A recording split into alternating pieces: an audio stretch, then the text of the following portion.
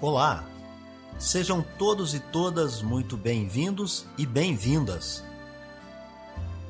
Eu sou Beto Ramos e esse é o programa Café com Espiritismo.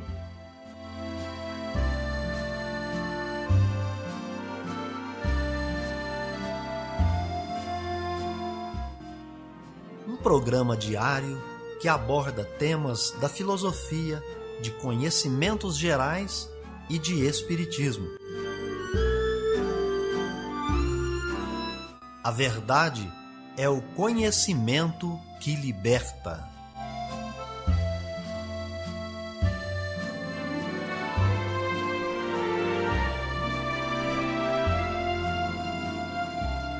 Chegando a mais um fim de semana, hoje é sexta-feira e está no ar Café com Espiritismo. Notícias, informações, dicas importantes e mensagens você acompanha só aqui no Café com Espiritismo. E nós já trazemos para vocês as efemérides, os fatos históricos, as personalidades e o dia na história.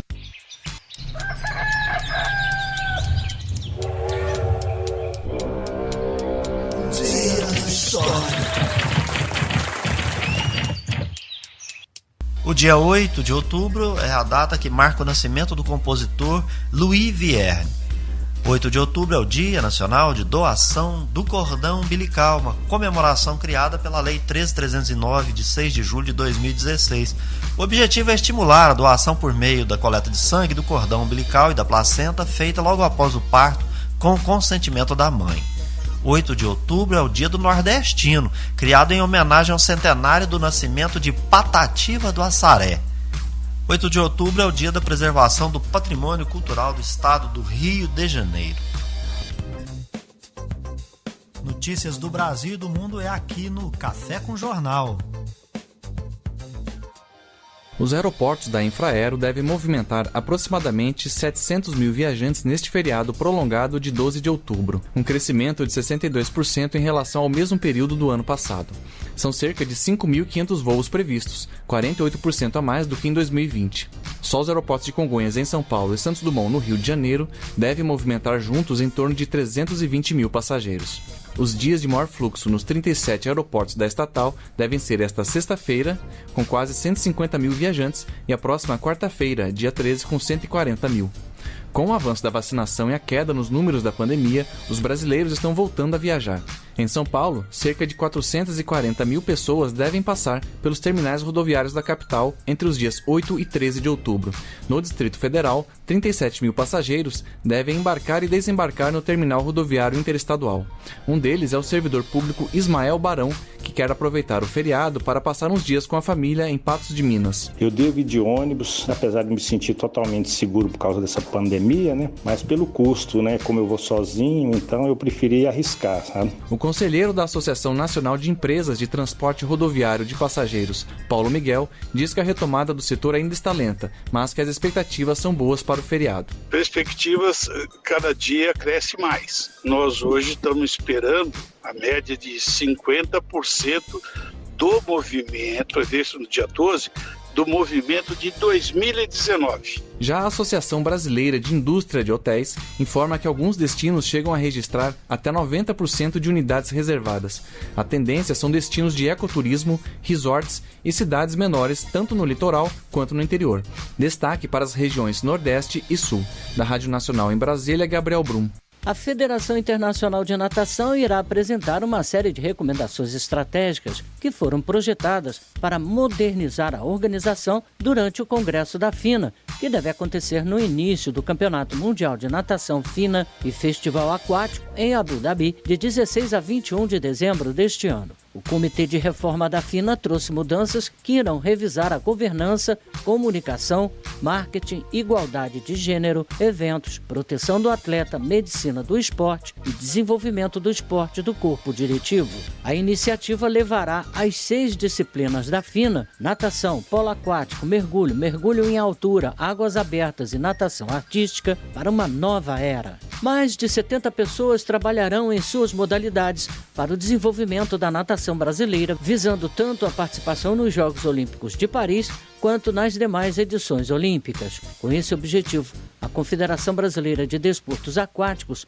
nomeou os membros dos conselhos técnicos das 5 modalidades aquáticas: natação, maratonas aquáticas, saltos ornamentais e nado artístico. Possuem conselhos técnicos destinados ao alto rendimento e conselhos técnicos para o desenvolvimento das categorias de base do esporte. A novidade para os conselhos técnicos para o novo ciclo será a presença de atletas. Eles participarão das decisões das suas modalidades. A Confederação Brasileira de Desportos de Deficientes Visuais divulgou a tabela completa dos jogos do Campeonato Brasileiro de Futebol de 5, Série A 2021. O evento contará com a participação de 12 equipes, com o início da disputa marcada para o dia 25, com término no dia 31. O torneio acontecerá no Centro de Treinamento Paralímpico em São Paulo. Da Rádio Nacional do Rio de Janeiro, Astrid Nick.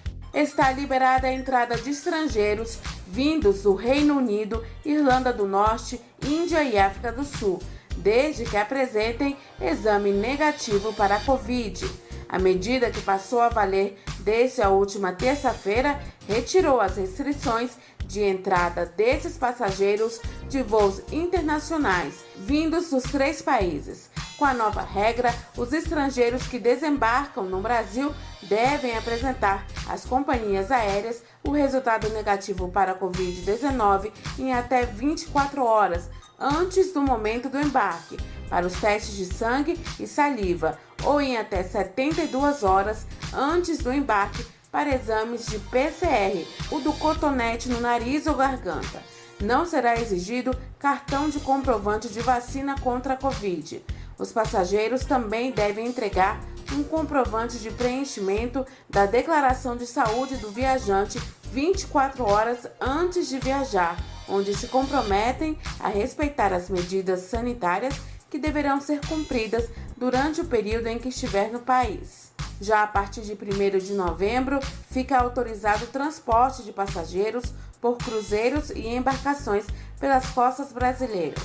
A entrada de estrangeiros por via terrestre continua restrita e liberada apenas pela fronteira Brasil-Paraguai. Somente é autorizada em casos excepcionais, como participantes de ações humanitárias, entre outros casos. Da Rádio Nacional em Brasília, Cariane Costa. Segundo dados do Instituto Brasileiro de Geografia e Estatística, IBGE, o número de idosos ativos no mercado de trabalho vem aumentando. Esse grupo representava 5,9% em 2012. Já em 2018, já eram 7,2%, o que retrata, em média, 7 milhões de brasileiros idosos trabalhando no país. A psicóloga e professora Crícia Cruz comenta sobre a inserção dos idosos no mercado. A gente vai ver hoje as pessoas acima de 60 anos como pessoas muito produtivas, muito lúcidas, ativas na sociedade e, consequentemente, muito produtivas, com uma carga de experiência vasta que pode ser uma contribuição muito grande para as empresas, para o espaço de trabalho. Então, ao invés de a gente compreender aquela pessoa que vai envelhecendo e eu vou pensando, o velho ele é obsoleto, o velho, né, é aquele que tem aqueles valores antigos, a gente tem uma nova velhice. Uma velhice muito ativa, uma velhice atenada às novas tecnologias, às novas construções. Para Ivaneide Silva, apesar da maioridade, continuar trabalhando e optar por começar uma graduação foi crucial para manter uma vida ativa na rotina. Não é difícil conciliar os meus estudos com o meu trabalho, porque a nossa sociedade diz assim, o idoso não é idoso, é a melhor idade. Então, para a sociedade, o idoso já não vale mais nada. Então, para mim, que já tenho 69 anos, eu não tenho nenhuma dificuldade. O recrutamento e contratação de funcionários idosos ainda avança de forma lenta no mercado de trabalho. Porém, há vantagens como a experiência de quem já ultrapassou os 60 anos. anos. É o que reforça a Crícia Cruz, psicóloga e professora. E esses novos aprendizados viriam somados a toda uma carga de experiência, né? Não só de vida, como de própria atuação mesmo no mercado de trabalho. Então é poder pensar essa população, essa nova população que envelhece, como uma população produtiva sim e que pode contribuir de forma significativa no mercado de trabalho. Pamela Gomes, Rede Cultura de Rádio.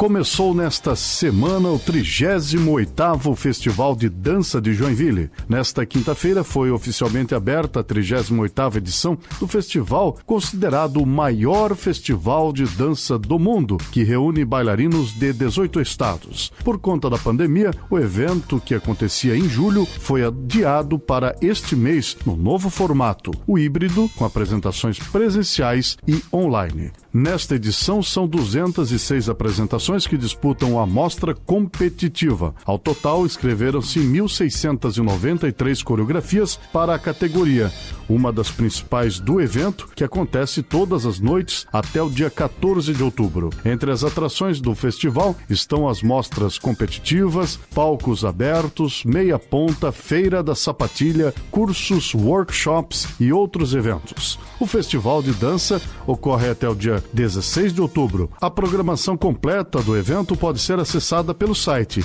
festivaldedancadejoinville.com.br. Da Rádio Joinville Cultural FM de Joinville, Santa Catarina, Paulo Martini. Viver bem. Dicas de como conviver harmoniosamente em todas as fases da vida. Para você que busca sua melhora individual, temos dicas de esportes, alimentação saudável, leitura edificante, hábitos espíritas e profissões. Viva bem e favoreça sua saúde física, mental e espiritual.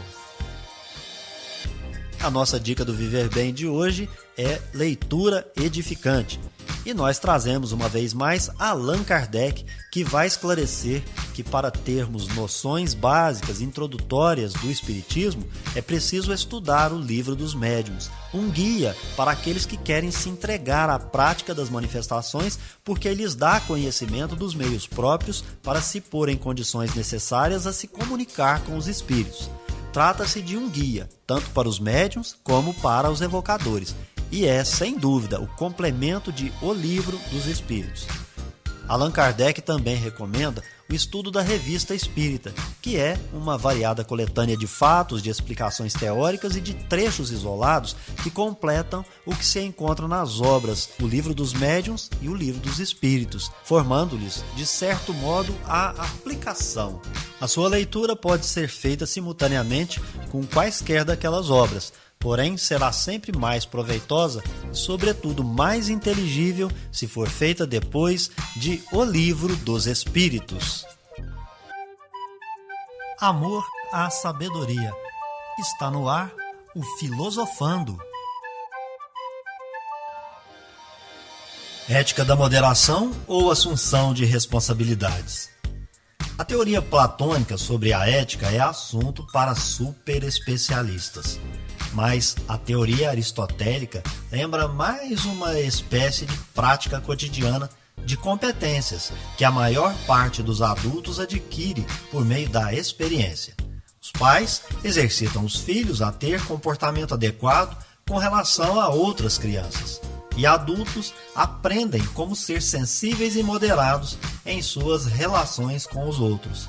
Os seres humanos são animais sociais programados para viverem juntos em harmonia, mesmo que seu software de como se comportar precisa ser regularmente exercitado, escolhendo o meio termo entre os polos opostos. Ou seja, a ética aristotélica diz mais respeito à própria realização do que ao que se entende por moral, no sentido de código de conduta. Para Aristóteles, Sócrates estava errado ao acreditar que virtude é conhecimento. Ser uma pessoa ética inclui não só saber o que é certo, mas escolher fazer o certo. As pessoas precisam aceitar a responsabilidade por suas ações voluntárias, que envolvem outras pessoas. Então, a ética aristotélica pode parecer simplória e óbvia, mas sua teoria da virtude parece bem acertada. A ética deveria se ocupar de produzir pessoas eticamente experimentadas, quer dizer, que têm uma vivência do que é ético, em vez de criar sistemas de moral ou regras. Mas será que os seres humanos têm essas virtudes morais ou essa capacidade? Nossa capacidade talvez seja agir como individualistas impiedosos e empedernidos. Café com Espiritismo. É hora da mensagem espírita. Hoje eu quero te convidar para a gente refletir sobre o tema Bem-aventurados os aflitos, que consta do Sermão do Monte, onde Jesus nos convida a fazer uma reflexão sobre felicidade e aflição. É importante que a gente pergunte, primeiramente, o que são essas aflições. São inquietudes. Essas inquietações ou inquietudes são originadas nas imperfeições. Como é que eu posso descobrir essas imperfeições? Eu vou examinar as minhas paixões, as minhas inclinações, que estão se expressando no meu cotidiano, no meu dia a dia, através de inquietações, de inquietudes. Essas inquietudes vão exteriorizar o meu mundo íntimo.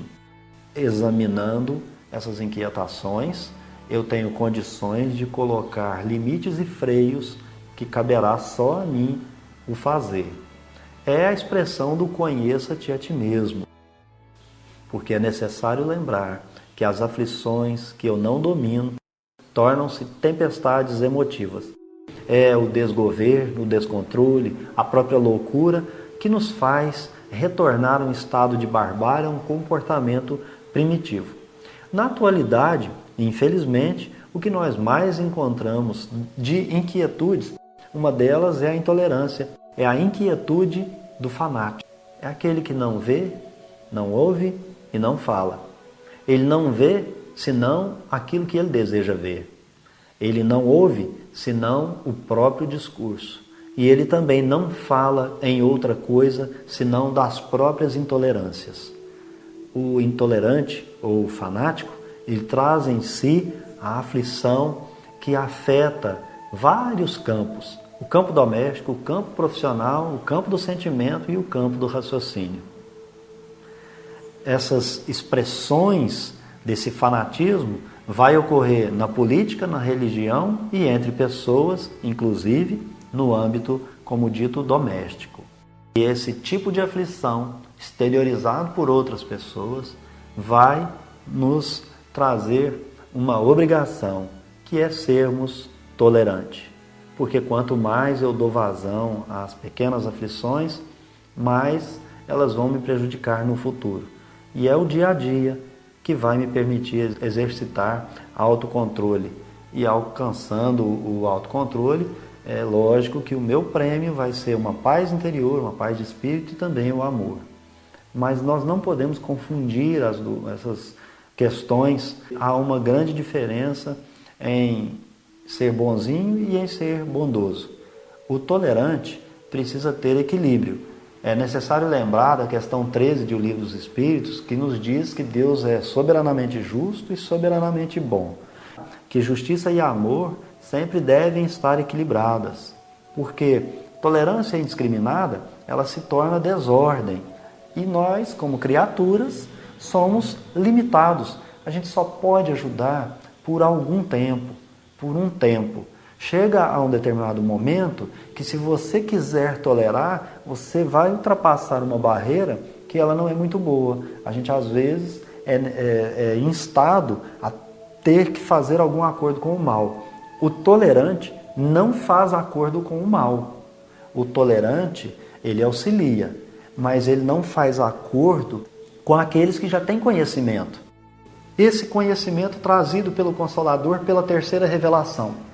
Não dá para ver um espírita intolerante, mas nós vamos auxiliá-lo, nós vamos tolerá-lo e nós vamos, até certo ponto, para não transigir com a maldade e para não transigir em matéria espiritual. E não há tolerância sem coerência.